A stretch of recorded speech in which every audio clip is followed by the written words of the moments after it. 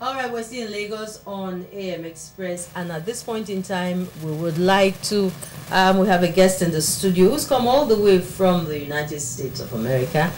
Yes, he's a Nigerian, you know, he's not an American, but he's a Nigerian. They're flying the flag of this great country out there, and he's back home, and we thought we should just get him into the studio to share a thought or two on happenings at home and what really are the issues that are on the minds of Nigerians who live abroad.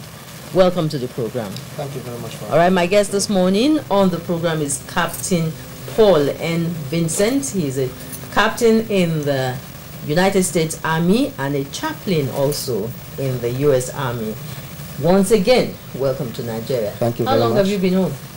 I'm just about a week plus now. Getting to 2 weeks. I feel good when I say home. How long have you been home? Because really, this is home. Yeah, it's home. No matter how long you've been out there, that's right. This is home. And that's why you guys keep coming. You keep coming no matter what. You we keep can't coming. help it. All right. You're welcome back home. Thank you so much. All right. So, like I said during my introduction, when a lot of you gather out there, for example, who are from this part of the country, what really are the thoughts, you know, that permeate your discussion? Actually, it depends on, you know, what we are talking about. For some of us who follow the trend back home, like someone like me, I read the papers every day, some this day and all that. The issue of security is a concern, especially when you hear some of the things going on. And the issue of the infrastructures is a concern, especially that of the power and the bad roads.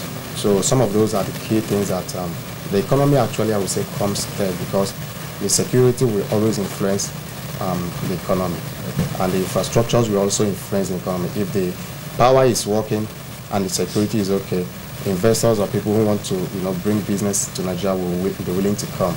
But if they think about the security concerns they have, and then they also know that the infrastructure is not there, some of them may think twice. So you see that the security issue and the power issue has a direct relationship with the economy. I agree with you completely.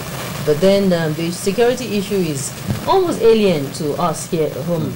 You know, maybe that's why it's overblown. Because if we're talking about terrorist attack and all of that, we hear that almost on a continuous basis in other parts of the world. But we're very peaceful people, and so we're very concerned that that is, you know, something that is happening back at home. Fine. You're thinking about security, you're thinking about energy, you're thinking about the economy, obviously trying to get us better, okay, to a better place. What can people like you do physically? You know, what input can you make to get us to the level that we need to be? Where you kind of asking if it's in the field of the energy, for instance. I mean, unless someone is an investor in the field of the energy sector, and then if the government allows them to come and invest in those areas, then they can come in. And but except for that, I think what we do is to really encourage or try to speak to those in power to, you know, I know the government have been doing the best they can. At least we've read of billions they've been throwing at the project. But sometimes if you're doing something and it's not working, you've done it for many years, then maybe you have to change your approach. Like I know we generate power mainly through the hydroelectric source. Sometimes we might also consider other sources like the solar, like the wind. There are countries that consider and that use these sources to supplement the hydro. So not just, you know, one particular source, especially when you've been doing it for years and it's not working. Diversification. Yeah, we have to diversify the sources of the power that we are trying to generate. And the challenge is that we need to generate as much, not just for today's consumption, but for tomorrow, because Nigeria's population is increasing. I mean, it's exploding. So if you are looking at generating to meet the need of today, you are also failing in leadership, because in the next 3-5 years, you are talking of maybe the population maybe tripling or doubling. So you also have to make provision for both now and the future. So if Nigerians or other investors who are in the field of the power sector wants to come in, and the government allows them to invest in those areas, that will be one area. Speaking generally of the economy, it's easy for one to come and maybe start up a business or to bring whatever investment. And like I said before, there might be some people who may want to do that, but when they consider the issue of security and the issue of the infrastructure, like maybe no power, like almost the first 10 days in the country, I didn't have power, we had to use general through. So someone who is like coming to look around to know if he is going to do bring in business, that could be a discouraging factor, because now you have to generate your own power, and that will increase the cost of doing business. And then you see why most people will have to go outside to manufacture things and bring it in. You know. Another issue that we must talk about when we have the opportunity to share with people like you is the issue of image. You know, the image of Nigeria as a nation and the image of Nigerians as people when they go out of this country. Now, talk to me about it. Is it getting better? Because I noticed that each time a minister or the president visits any part of this other countries, we have a lot of representation from Nigerians in the diaspora coming to have Pali, you know, have a meeting with him and talk about what they're doing. How can you people who are out there help, you know, in the image laundering, if I can use that word? Yeah, I think that's the right word to use, actually, because I believe there are Nigerians, great Nigerians in different parts of the world doing different things in many fields, in the health sector, in the entertainment, in various fields, in the arts.